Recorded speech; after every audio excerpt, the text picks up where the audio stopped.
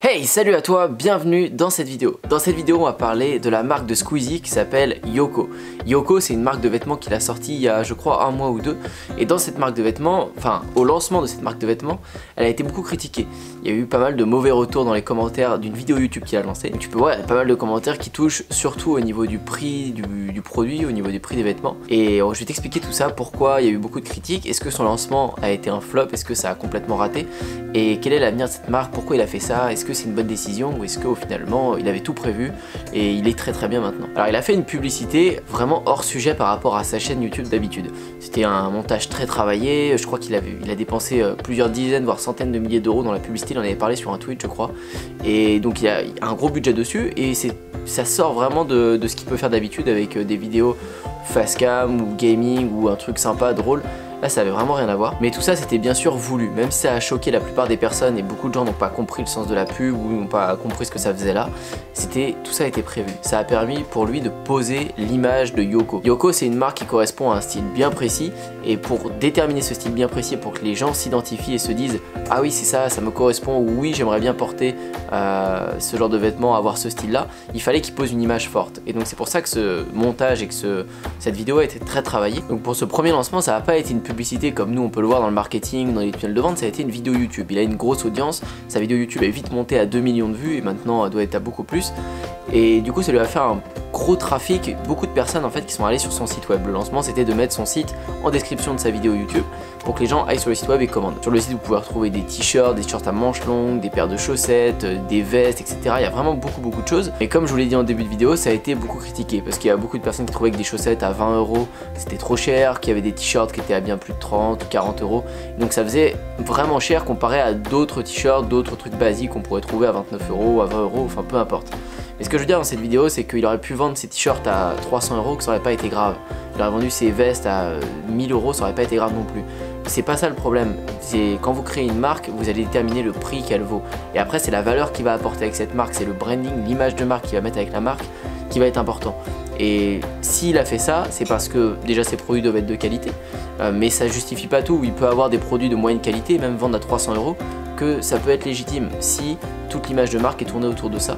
Et c'est comme ça que vous achetez souvent des marques chères, des marques comme Ralph Lauren ou autres. Vous achetez des t-shirts, c'est juste parce qu'il y a le logo dessus que ça va coûter plus cher, mais finalement le textile n'est pas de si meilleure qualité, en tout cas c'est pas proportionnel à l'excédent du prix comparé à un t-shirt H&M ou un autre t-shirt ailleurs. Ce qui compte c'est vraiment l'image que vous voulez donner et la valeur que vous apportez en plus avec votre marque. Le truc c'est qu'il s'est adressé à sa communauté qui est très jeune, ou en tout cas c'est des gens qui ont entre sûrement 17 et 24 ans, enfin la moyenne est assez jeune et donc ça a choqué beaucoup de gens et c'était très facile pour eux de critiquer parce que même la plupart n'avaient pas de carte bancaire donc ne pouvaient même pas payer, ça les touchait même pas, ils étaient juste là pour critiquer et mettre des commentaires. Donc ça ils devaient déjà le savoir à l'avance. Ça a lancé un mouvement, il y a plein de gens qui faisaient des phrases pour critiquer dans les commentaires et tout le monde s'est amusé à donner la meilleure en fait, donc ça a fait un mouvement de mauvaise critique.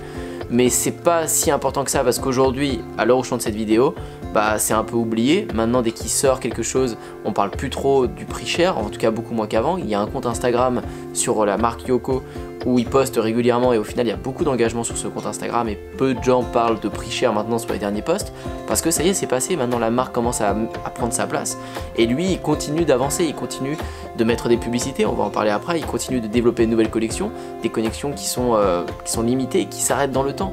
Donc c'est pas des choses qui vont durer tout le temps, donc il met vraiment un effet d'urgence, il joue avec Noël, avec les périodes en disant commandez maintenant pour que si vous voulez pendant Noël, etc. Enfin, il fait bien son travail, son taf est bien fait, son image de marque elle augmente et les gens oublient les premières critiques qu'il y avait au début, donc c'est tout bonus pour lui. Maintenant, là où son cas est intéressant comparé à d'autres, mais là où il se différencie beaucoup des autres, c'est qu'il soit il est accompagné de quelqu'un qui fait du marketing comme on l'apprend sur cette chaîne, soit il sait le faire, enfin peu importe, mais il fait de la publicité, que ce soit en reciblage dans les stories Instagram, si j'en trouve une, je vous en mettrai une ici, que ce soit sur Facebook, dans le fil d'actualité Facebook.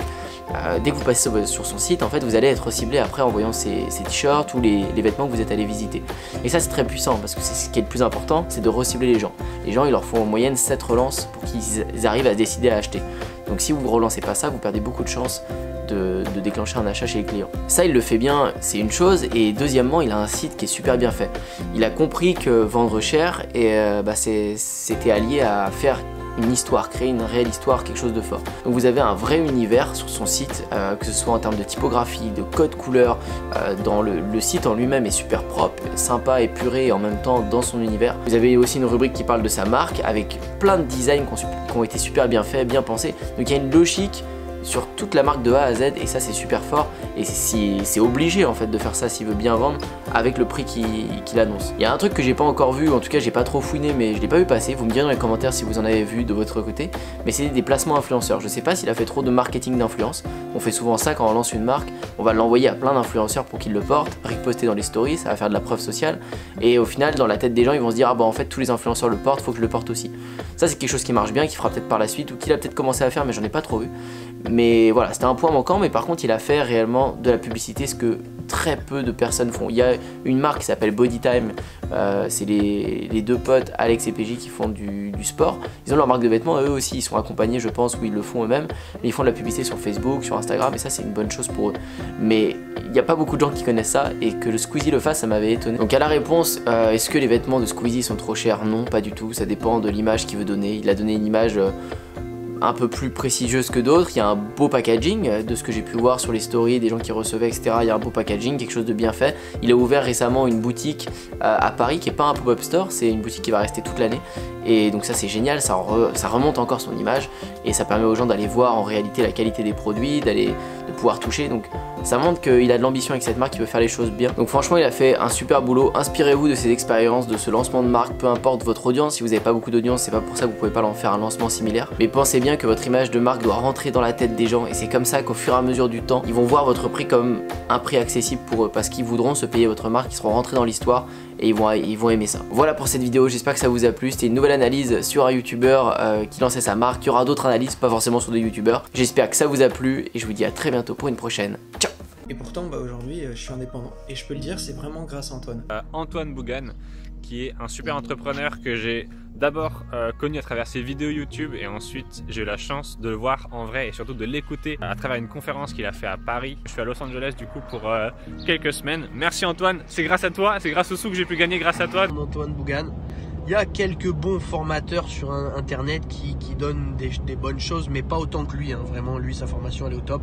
Mais c'est surtout le plus important, le suivi d'Antoine. Merci Antoine. Type vraiment génial. Business de 4300 € en un mois. Ça va changer la vie de beaucoup de personnes. Je recommande Antoine Bougan. La plus belle connaissance que j'ai eue depuis que je suis, depuis très longtemps. Je te remercie. Merci. Je te remercie. Merci à toi Antoine. Ça va changer la vie de beaucoup de personnes.